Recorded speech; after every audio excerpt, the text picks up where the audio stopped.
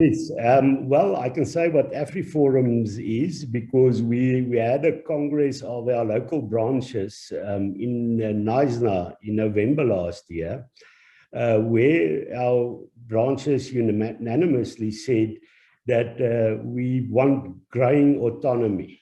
And again, we took that concept to our board, who also approved it. We went back with a plan that we'll launch later, where we spoke only 2 weeks ago again with our structures in the Western Cape. But officially, we are working for growing autonomy. And again, it's like a tax revolt. You know, what is something that would be nice to have, but what is now at the moment practically possible is not always the same. And if you're going to start, if you want to win a race, you have to start at the start and not look at the finish necessarily, because there's a few hurdles you'll have to overcome in the process. And there, of course, there are differences. There are many people, good people that support total independence, and there's good arguments for that argument. So, but there are also others that say, well, we just want more power. I think it's good that you have people like the Cape Independence Advocacy Group, that you have people like Cape Exit, the Cape Independence Party. It's good that you have those groups to push for that. Afriforum's strategy has always been to try and focus on those issues where people agree upon and to mobilize as much support. So our stance is now to say, okay, we need to make sure that there's, in the first place, tax federalism, because what is happening now, the Western Cape just receives the allocated amount from the national government. Population numbers are being used to work out that what funds will be paid over. But of course, you also have a socialist government leaning towards the poorer provinces. So that also plays a role in terms of who gets what money.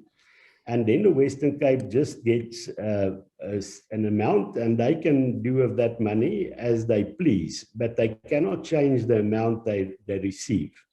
So what, for instance, happens at the moment, if you look specifically at safety and policing, there should be 25,000 police officers in the Western Cape.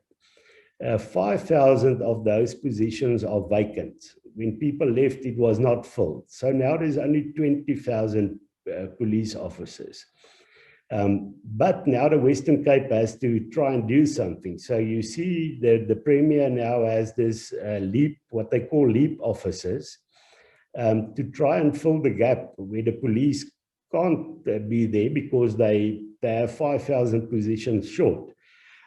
So now they use gaps in the legislation where Metro Council can have a Metro Police. And they have now appointed 1,000 so-called leap officers.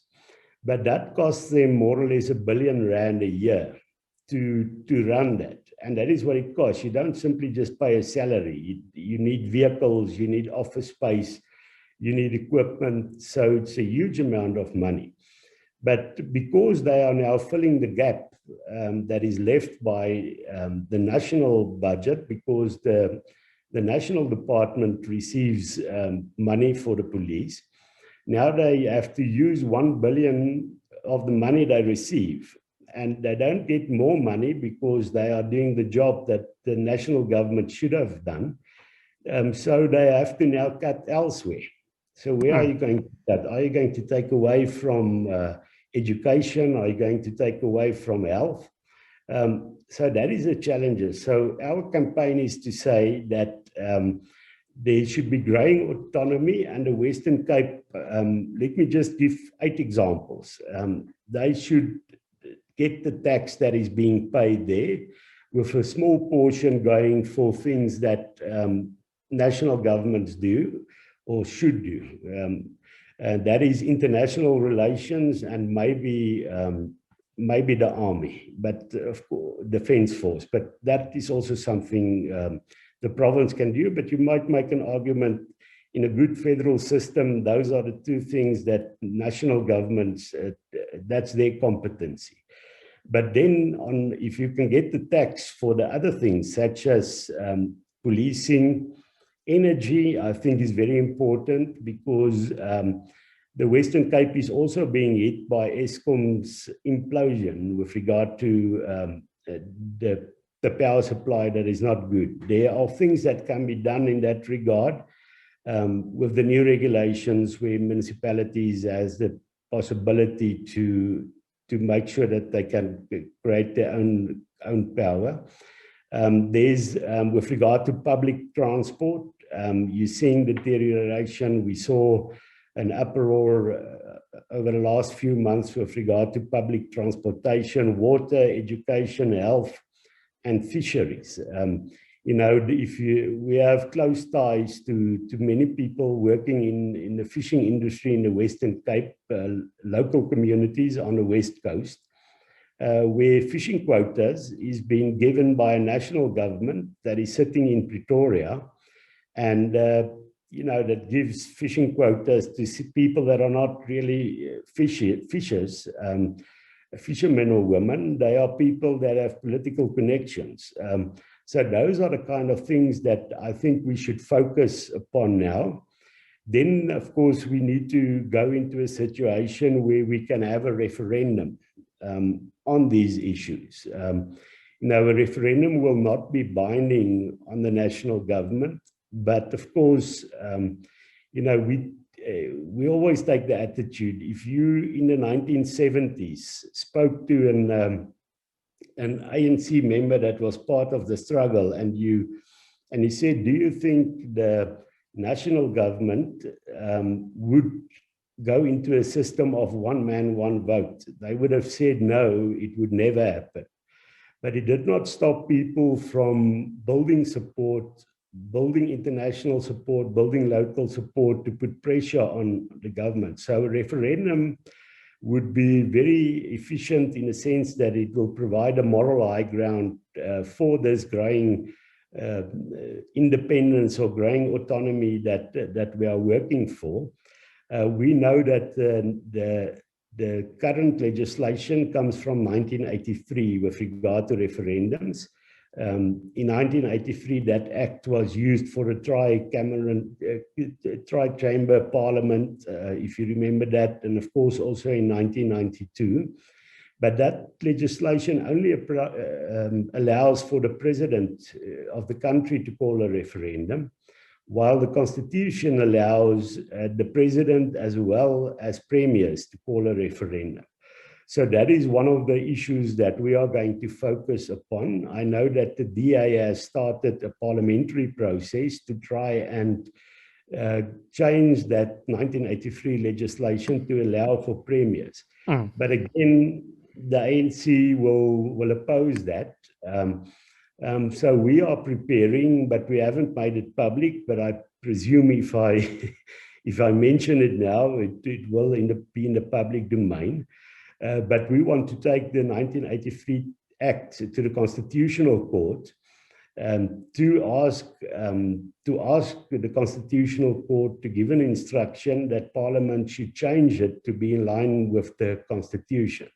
And that the Constitutional Court has done before. You know, they looked at the legislation and said, this is not in line with the Constitution. And then they say, for instance, we give Parliament 12 months to change it. So that is the route we are going.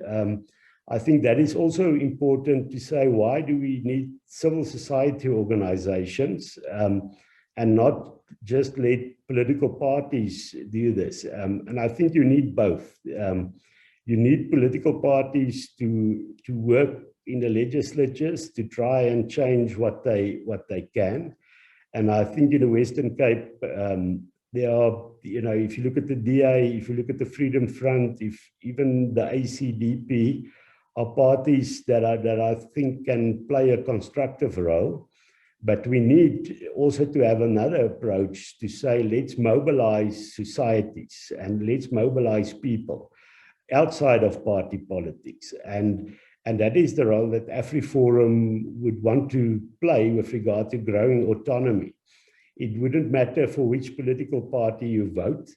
If you say it is not right that Bheki Cele comes with his big hat onto Western Cape beaches and he intimidates women in bikinis with the big guns that the people with him has on the beaches, is that right? No, that's not right. He should not be there. Policing of the Western Cape should be in the hands of the people of the Western Cape. So that is the stance we are taking. We want to build good relations with those that want to go for full independence. We believe that our actions will also benefit them. But we also want to accommodate those that say we just need more federal powers. And if you can focus on what can be done now, and you start the snowball effect, nobody knows where it will end.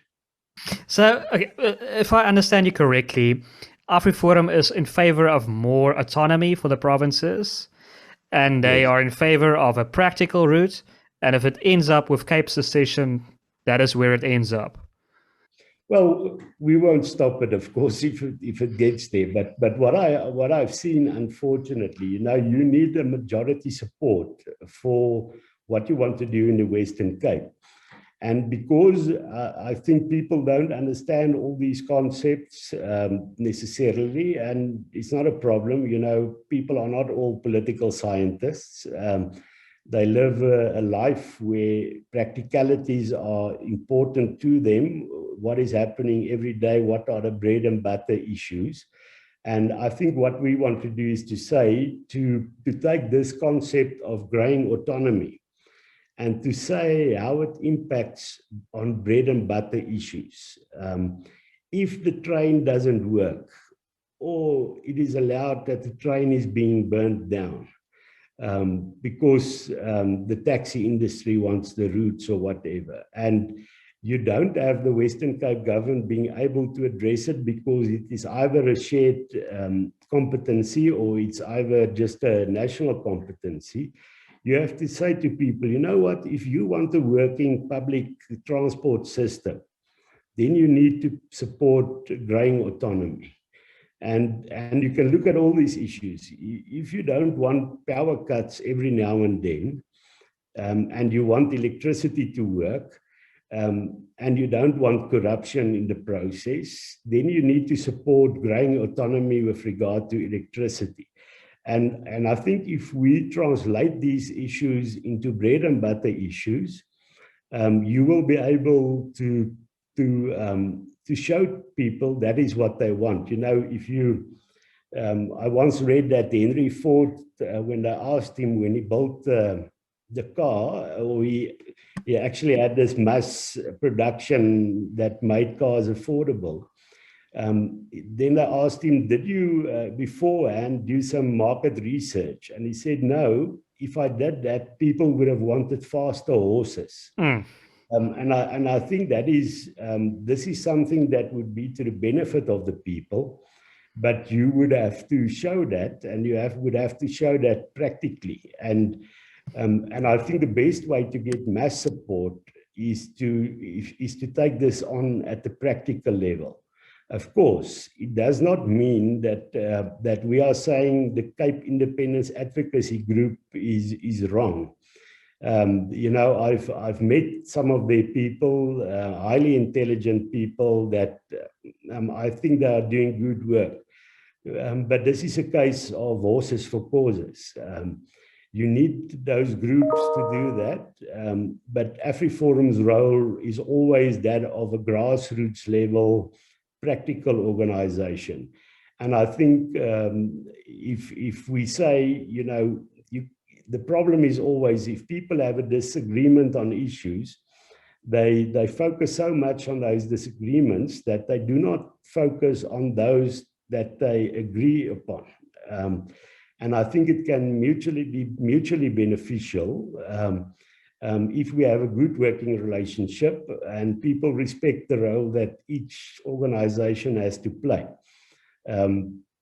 But we will be making our plans known. We've had a lot of discussions with various people in the Western Cape. As I've mentioned previously, we believe that there should be, on a basis of mutual recognition and respect, there should be cooperation between communities on issues that are of mutual benefit.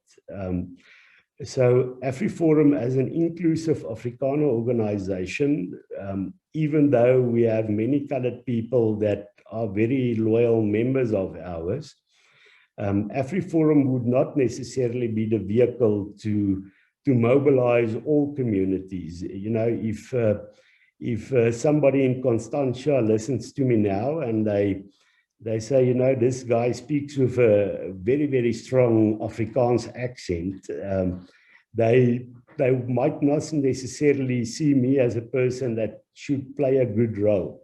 So we are also looking at setting up a new vehicle that represents various communities to make sure that the growing autonomy for the Cape is a Cape issue and not an Afrikaner issue, not an English issue, not a white issue, not a colored issue.